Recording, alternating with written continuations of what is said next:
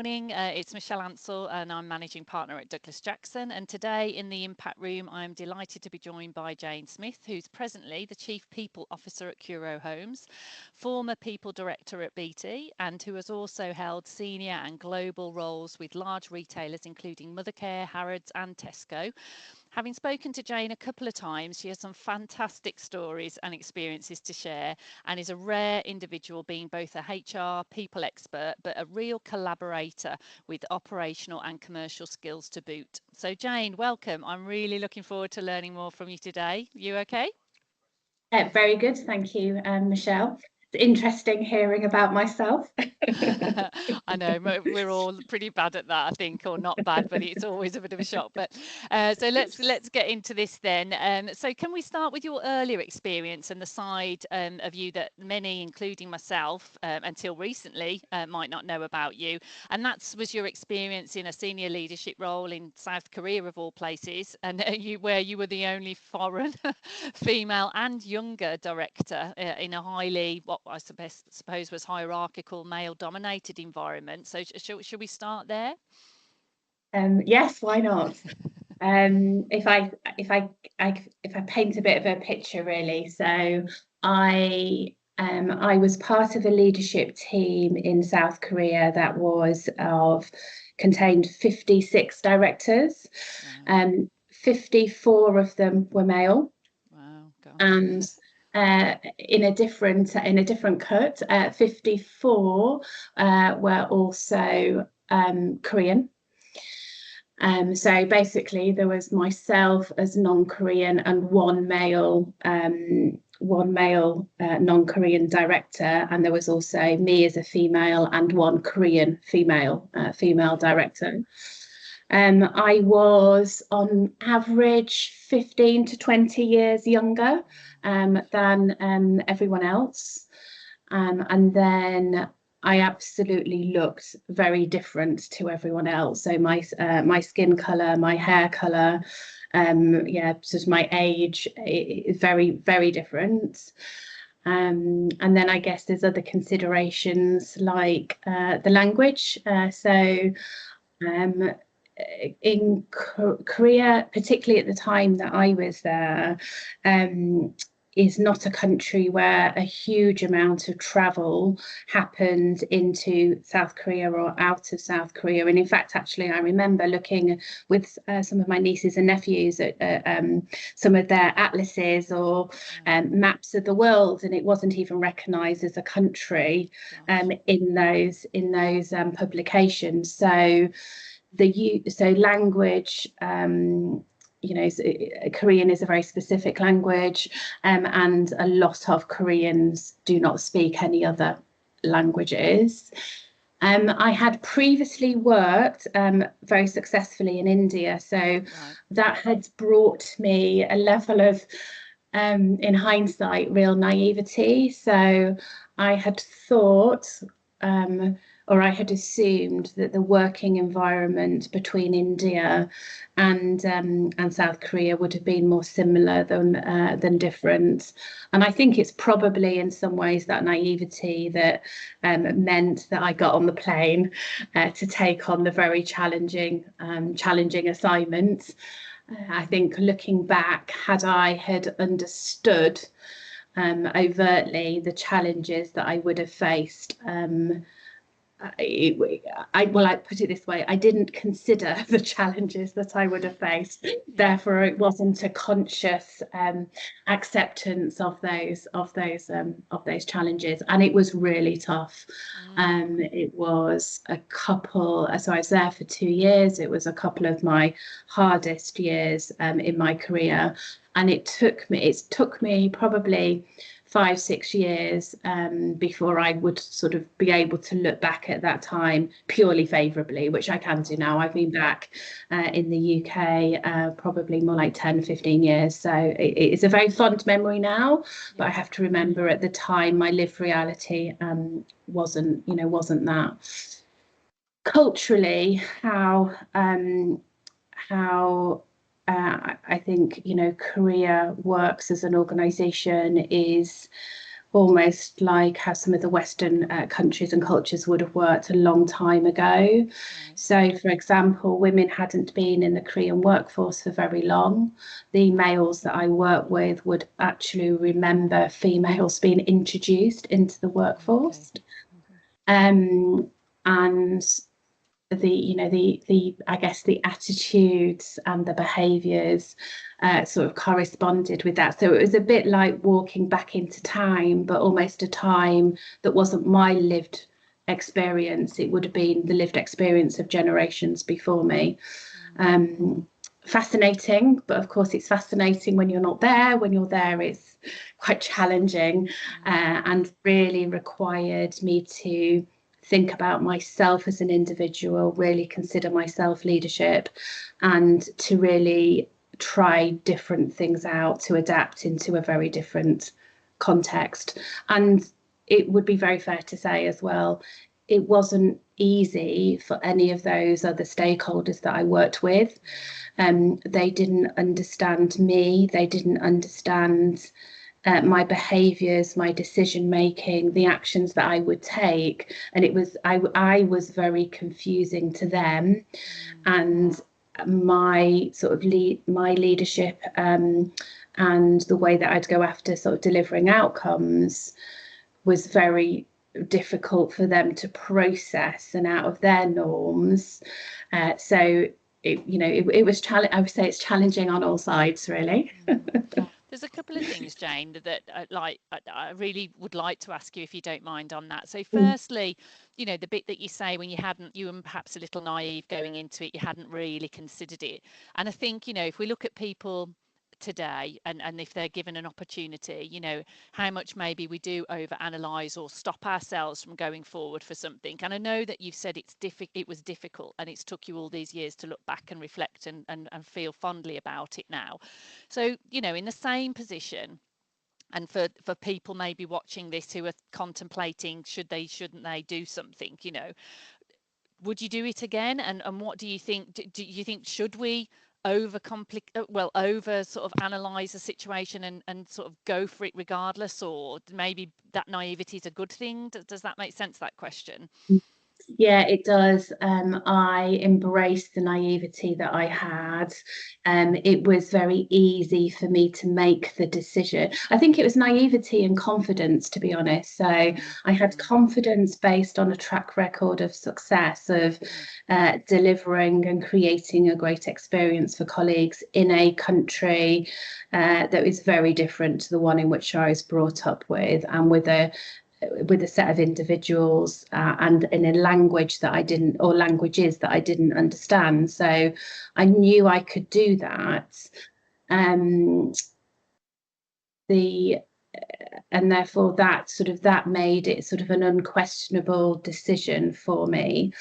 Um, and I do think that is a good thing. I think in some ways, and I think there's probably gender differences as well. I think if I think about myself as a woman or as a girl, sometimes girls can be more hesitant before taking a sort of a brave step, um, and therefore might take these opportunities less than our male counterparts.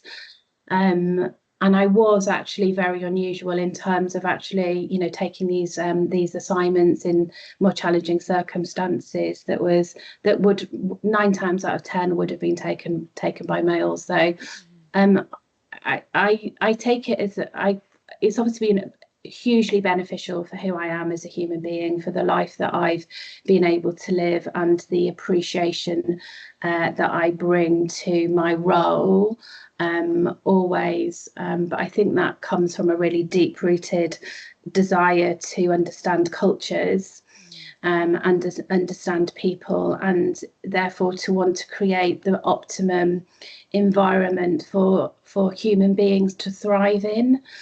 And if anybody has got any similar drivers like that, then to fulfill that personal ambition, you have to put yourself into situations where you are uncomfortable.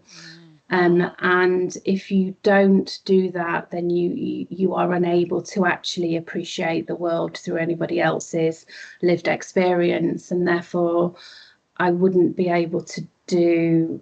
I wouldn't be effective in the role that I am or with the style that I have. So it is through really, I guess, really stepping into difference that has led me to understand more. And I think the thing to remember with that is when you understand more, first of all, you have to understand more about yourself as a human being.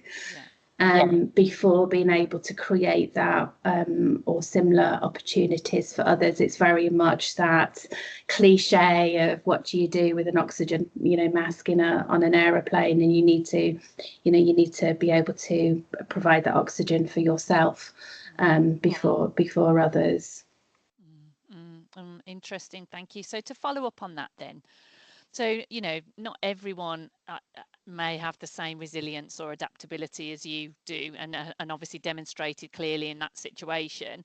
So I guess, how do you think leaders can help others maybe that aren't as prepared as you were, and even perhaps you might not, you weren't at that time, but how can leadership support others to embrace these situations, or indeed develop the skills or mindset maybe to thrive in these environments where perhaps they are different, they are comfortable at being uncomfortable, and they face these significant, whether it be cultural or structural barriers, Jane?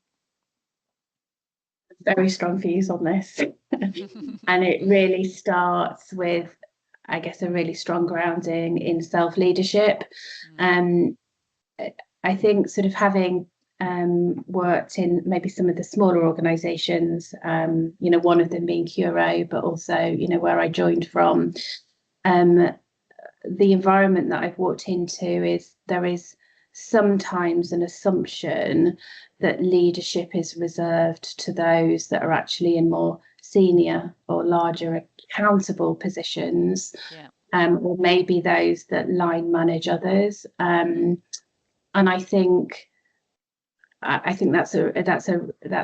pathway is very, very difficult to actually grow anything from. I think I firmly believe all human beings are accountable for themselves, their actions, their learning and their behaviours, and therefore creating an environment in the workplace equally would apply in an educational setting, actually, where individuals grow up understanding that they are accountable for their behaviours and their consequences on others, is where everything else needs to be built from. Therefore, if leaders think leadership is, or create any behaviours or habits, or leak anything from an environmental perspective that means that leadership is reserved to a few, it's I think that there's a disconnect with the way that the world is today, and individual accountability. And you don't have to be a manager to be a leader, right? Anyone can lead. Isn't it just going first? I think Simon Sinek suggests, it's just somebody who's willing to put themselves out there and go first. So we can all be leaders, but I do think it's a good point that you make. And, obviously I deal with a lot of leadership talent and sort of appointments, and I do think that self-accountability, that self-development is very lacking in a lot of teams. We have these, we were all off the phones for a day or a week, we did some training and that's it. But it just stops there, doesn't it? No, when you ask them, well, what are you doing about your own personal development? It's very lacking in a lot of situations.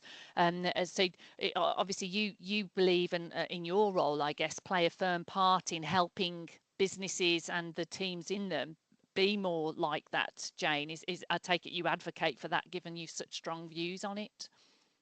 Yeah, absolutely. That's a good call. I think there's a need to create an environment where individuals take accountability and where they're clear and they have some tools and techniques in order to manage themselves and their outcomes. And then I think things can get in the way. So I think it is a leader's responsibility in order to create that sort of space actually to create a habit where individuals and teams can reflect on lessons learnt, share the professional sort of development, the learning that they're doing, and in a leadership role, share those personal practices for themselves. And also have a responsibility for then sharing that sort of discipline, that curriculum, if you like, that subject matter required across the organisation. So one of the personal things that I do and have done with the teams that I lead is create an opportunity, a diary of really practical stuff like a diary holder. It happens to be at the moment 9 o'clock on a Friday morning for my direct reports to capture their reflections and lessons learned during the week, capture their professional sort of practices and learning and external insights, and to consider the plan sort of going ahead. And then we all share that in a room together and talk about it on a monthly basis. We do that, we review operational performance and metrics, and then we review our lessons learned and professional practices before we look actually at how we're doing with delivering the business plan and strategic deliverables. It's really important. This is important to most people. Yeah. Personal growth and fulfillment is important to most people. So you have to sort of, I guess, really consider what if people aren't demonstrating that in a practice, a daily practice, a weekly practice, what can you do as a leader in order to create that? Because there's just a mismatch between desire actually and practice. So making that feel safe for individuals and really encouraging it is really important. Yeah, those are excellent points, and something we started doing here is similar, that having that time every week to reflect back and see what's gone well, what we need to improve. And that's excellent that you've got that in the diary and that placeholder. I know there's going to be so many people listening that don't do that. And because I was going to ask you, if someone was listening to this and their business maybe weren't as supportive as perhaps yours is, and someone like you is, if they wanted to do one thing to get started, would that be where that you would say to start? Or would there be something else prior to that, Jane? I think there's probably a few different starting points actually. So I think it might depend on the context in which the individual is in. So I think it's really important to be clear around, I guess, what your guiding light is or what good looks like. What are you going sort of after? And there's some very cheap ways, if you like, some very easy ways to access that. So if somebody was considering that they want to be maybe the very best leader or line manager, for example, then I would go to somewhere like the Institute, what was the Institute of Leadership and Management. It's just renamed itself, hasn't it, to something very similar. And I would look at the professional framework and really think about, okay, what's the couple of things that I really want to focus on. And then ensure that I create sort of habits around those things. Then I think different individuals have very different preferences in terms of their learning style, and I think it's dead easy to sort of do an online diagnostic, what's your learning style, and therefore try and then access reflection points, education, learning in a way that fits with the way that you enjoy doing it. So I am dyslexic. Dyslexia has given me so many brilliant strengths, but it also means I'm not drawn to sitting down and reading a book. And there's so much richness in books; they're amazing. So I'm a subscriber of Audible. Yeah. I will do as much reading as anyone else. Yeah. But I actually do it through, listening to audio books. I have a huge amount of papers actually to read, probably 150 pages of papers every single week. And I will have Word read those aloud to me, as well as looking at the paper. Technology can so help these days. And by talking, if you can be confident enough and vulnerable enough to talk to others, you can find, so many easy hacks, if you like, easy ways to be able to get the fulfillment and the information and the practices that you need in a way that is enjoyable to you. So find a space, find a method that you enjoy doing. If you're trying to learn and grow in a different way, in a method that is uncomfortable to you, it's not likely to work. If it's a stretch in terms of a learning opportunity in whatever it is, then do it in a comfy pair of shoes. Yeah, those are brilliant hacks and points. Thank you so much for sharing those. And like you say, it podcasts and, YouTube, you don't even Yes. have to buy the book a lot of the time if you're short on resource, do you? It's as you say, there's very cheap resources available to people if you go looking for them. Thank you. So, I mean, Yes. looking at your role of a chief people officer and HRD, many people see that role as primarily focused on employee well-being, hiring and compliance. But as a strategic leader, you're also expected to align those initiatives with the business goals. Can you share your perspectives on how this role can make a genuine impact across both people and the operational aspects of a business then? Yeah, absolutely. I'm really passionate about everything to do with people, and I made a very clear decision to myself, promise to myself very early on in my career, that I wanted to be a very business-led people leader. And in order to then fulfill that, in order to have the credibility, the skills and expertise to do that, for two very large sort of roles at different parts of my career, I have run operations. So I think it's really important to be clear what you're really motivated about, but then think about what actually makes you successful in that situation. So my role here as a chief people officer, my primary hat is actually running the organisation in a successful way for the long term, and that's how I think. So I'm an executive first, and then I'm a functional leader second. Right, yeah. And a function, many functions, including technology and comms and performance and insight, actually. So that breadth of experience has enabled me to have, I guess, a broader role than might what be people would expect or would be typical. And I think any role, any senior role, is there as part of a team in order to deliver that strategic intent of whatever the organisation is. So I think that's really important. I think if you're not in the day-to-day operations of running the functions that you lead, which we would all hope to be, but need to also do from time to time, I'm definitely accountable for setting the environment for that functional capability. So for the service levels to be defined, for the skills to be available in the function, and those for me, so sort of those leadership skills across the organisation. So you sort of I craft my priority in that way. So executive first, and then setting the conditions and the environment and the individual leaders to be able to functionally run the organisation. And I think it's important as part of exec teams to sort of discuss what type of executive team you want to be. Yeah. Are you an executive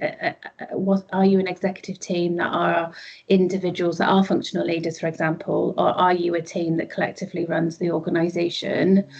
And I think timeframes are really important in this conversation. So what the behaviours and habits around a C-suite might have been, what they might be today, is likely to be based on what's been required to get the organisation to where it is today. And I think it is probably jointly the CEOs and the CPOs' job to create that curiosity and tension, to actually talk about what is required of customers, what's required of colleagues, what's the workforce dynamics going to be in 10 years' time, for example, and what does that mean? We have to almost stop, start, continue with our current behaviours and actually build for the future. Yeah, some really other good points there. And I think that, that point that you make is so true. So many businesses the execs don't work as a team, as you've quite rightly saying. I think, when you're a leader as well, those people that you're working with, it's always more important than the job you're asked to do. And as you say, just because it's been a certain way doesn't mean it has to continue to be that way. So organisations, when we look at them trying to transform, it can become so difficult because perhaps those behaviours don't follow. They're still doing the same thing they've always done. Yeah, and it's hard. I mean, that's the hardest part of any change, isn't it? And I think, I've joined an organisation that was at the end of defining an absolutely brilliant 10-year strategy, and I am primarily hired and accountable for culture, and I have led specialist strategy roles in the past, and I'm obviously obsessed by culture in every single way. And if I was going to choose one, what's going to win? We always know, don't we, that culture eats strategy for breakfast. So the practices of senior leaders, whilst not terribly visible to themselves or each other, is the context in which that culture and environment is set. And that's the alignment of that to what is desired in terms of delivering, depends on the organisation, isn't it, for customers, for community, for the financials, for shareholders, for whatever it is, absolutely needs to be in alignment. Otherwise, it's just pure wasted effort. Yeah, good point. Life's too short for wasted effort. Too true. And also not to try and be happier every day, and we do that with knowing the purpose, don't we? And sort of being on that journey, really. Indeed. So, I mean, what are some of the biggest misconceptions or challenges that you find come with the position, especially when it comes to having that mandate or authority to enact real change? And what would you say, how might an ambitious CEO get the best from his or her, CPO? That's a great question, and I've worked with quite a few CEOs over the years. I think if I was going to sort of maybe put them in two buckets, in two different types of relationship, I think there's probably a tactical relationship that is sometimes required by the CEO of the CPO. Around, in some ways, ensuring problems don't escalate, and keeping those types of situations away from the CEO and the rest of the business. And then I guess on the other extreme is a really strategic partnership, where the organisation is really needs to have long-term sustainable success. And in order to do that, the relationship needs to be a very open, equal and challenging relationship between the two individuals. And through that challenge of each other and understanding of intent for the long term, those same issues would be dealt with in almost the opposite way. So rather than putting them away in the smallest box, and it would actually be really having a really polarized sort of look at them. there's a lot on the news today around the Quality Care Commission and maternity, the maternity situation in this country. And one of the learnings that CQC has found is the lack of ability to be able to identify lessons learned and then the appropriate actions. And that sort of really resonates for me at an organisational level, having come from a care setting myself. It's the ability to be able to understand what's really going on, not seeing what you want to see. The ability to really then diagnose what the situation is, what the circumstances are that's led up to a situation. And I think the relationship that that I have currently is that's we'd be totally open and transparent about that, and then because what it's about is the situation is the same in both scenarios, right? Isn't it? It's really about how do you move forward, and if you're not able to have that transparency and that diagnostic and understand the levers of change, you never actually improve. So it's a lot harder to improve than to solve problems, that's for sure.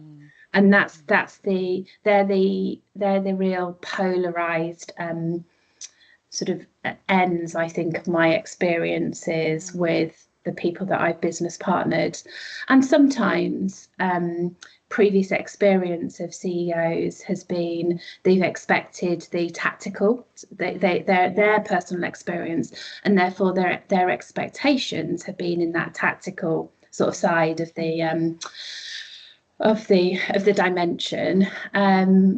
But actually, I have been able to help them to see that there is more available, and we've been able to sort of grow and move the relationship into another place. I think what is really, really important is the ability for CEOs, so a CEO that's hiring a CPO, to be able to appreciate the different spectrum and to calibrate at the right place with the right person. So I knew in the selection process for this role that my CEO and I are in total alignment, and that is how to get the best out of that relationship.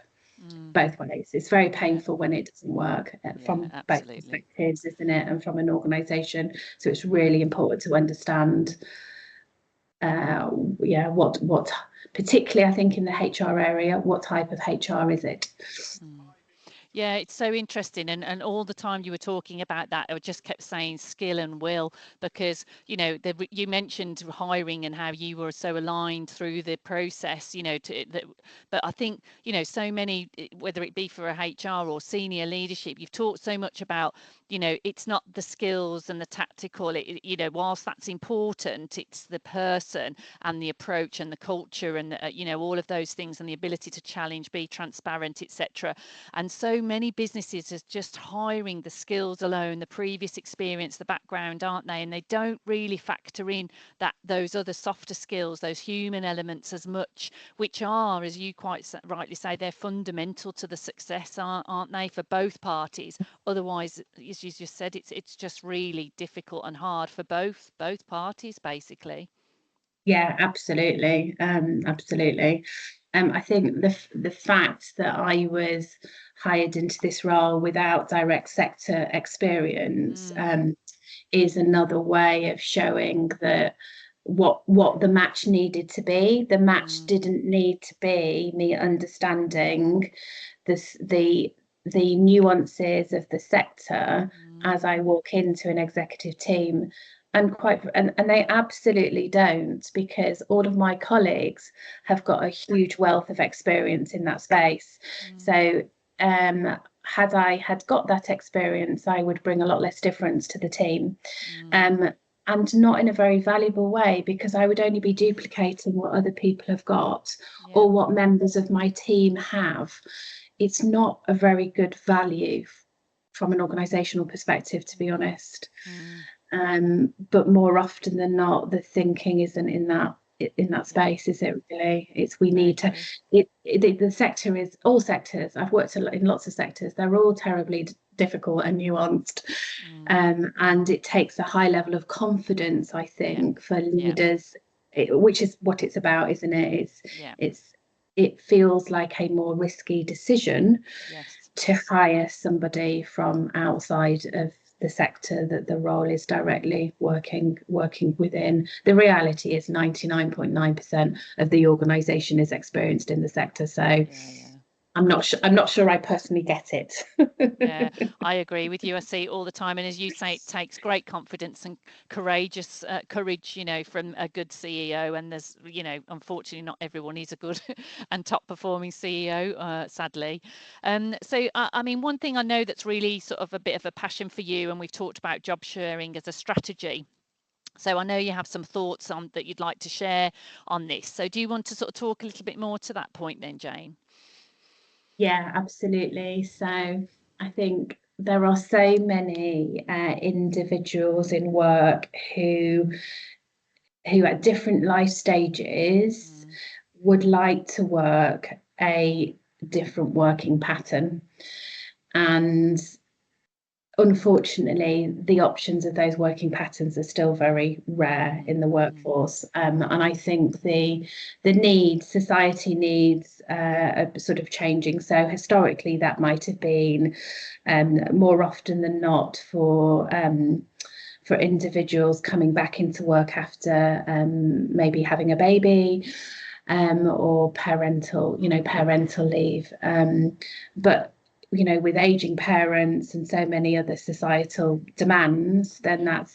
it's definitely not limited to that in any way. Um, so I've always felt that job for job in a job share, if you have a sort of a couple of people delivering a job instead of one, I get two brains instead of one.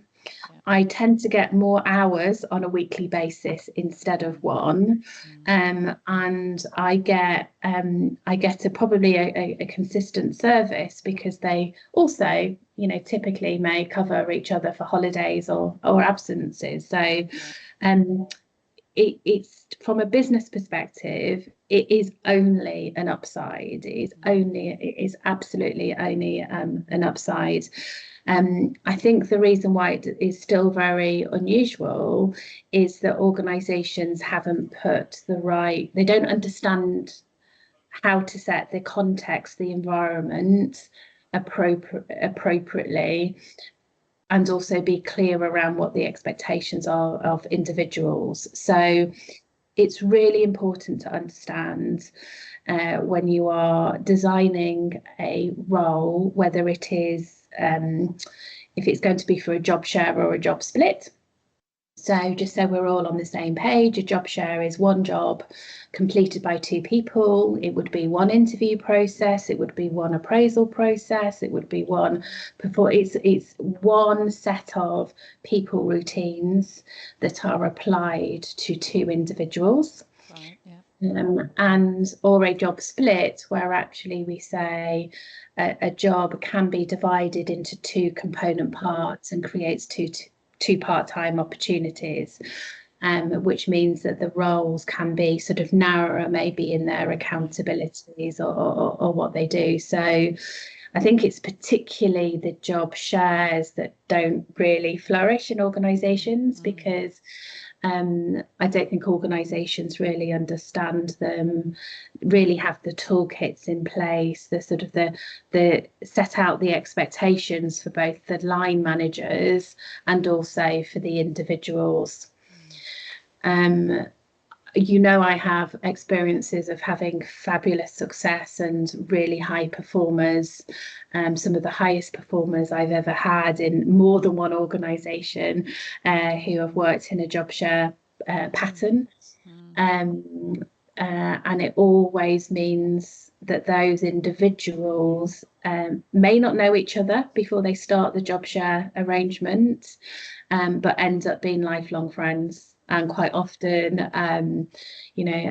godparents to each other's children's, and really get integrated into each other's lives, because the two of them are, you know, they're pulling off, they're delivering a combined portfolio, they're having, you know, shared performance reviews, they're, you know, they've got shared objectives, they have to talk every day. There's a huge commitment from the individuals, they have to talk every day, and they get a bit like the learning things we were talking about, they have to want to talk to each other. It's an ultimate partnership, as you know, significant as a you know, marriage partnership. It really is, and then when it works, it works really, really well. Yeah, excellent. That's really good. Thank you for sharing. And I guess, I mean, I'm not sure if one of the things you mentioned at the start, I'm sorry if I missed it, but I guess it drives quite a lot of loyalty in the employee. And I was also thinking, you know, when we were talking about, you know, there's those things like getting comfortable at being uncomfortable, perhaps for a lesser confident person or someone that's maybe a little bit more junior, that could be raised up by someone perhaps that's a little bit more senior, that learning from two people, you know, really sort of getting a better rounded, but also maybe better succession for the future. And if someone's situation changes, you know, helping them to move on at a future perspective, those elements as well. Yeah, absolutely. And I think what it does do is requires those individuals to really understand themselves very well, Mm, mm, and their preferences, their traits, their skills, because of course they are needing, you know, they tend to work out and be very clear on what they are, mm, and then they will both play to their skills, which is why I mm, say you end up with double, from an organization perspective, two brains, two mm, sets of thinking, two sets of problem solving, two sets of superhero skills.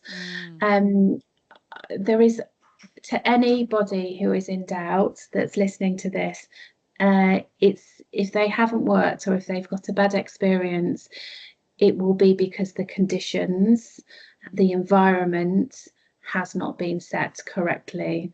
right. So I would really do deep learning on that, um, and not, you know, not give up. They are absolutely phenomenal. Why wouldn't you want twice the success?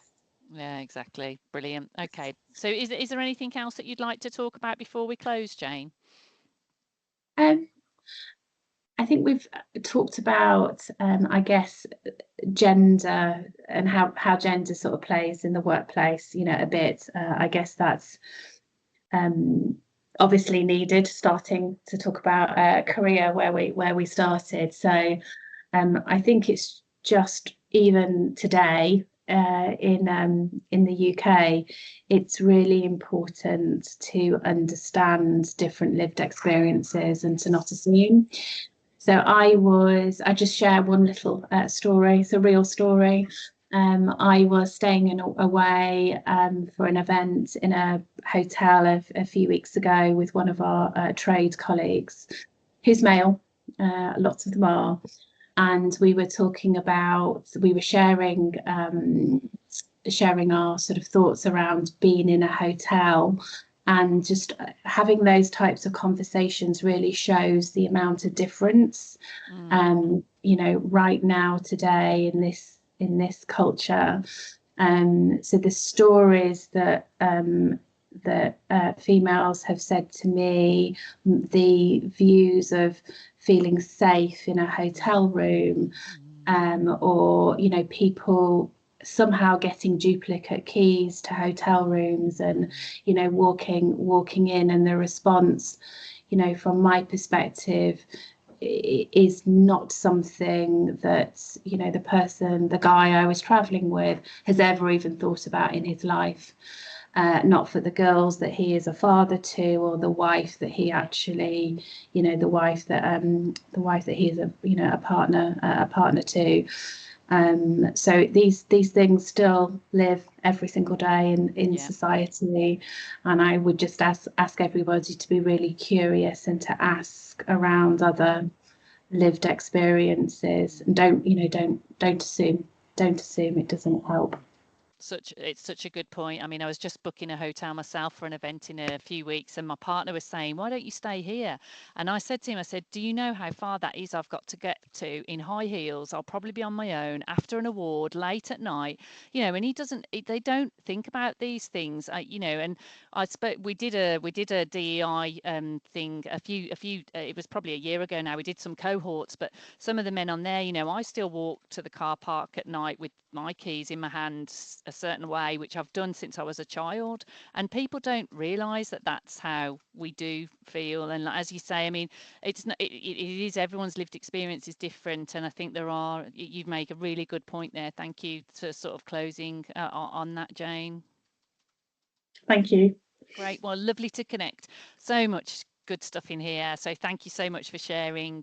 I'm sure that, you know, if anyone does want to pick up on anything, are you happy for them to sort of reach out?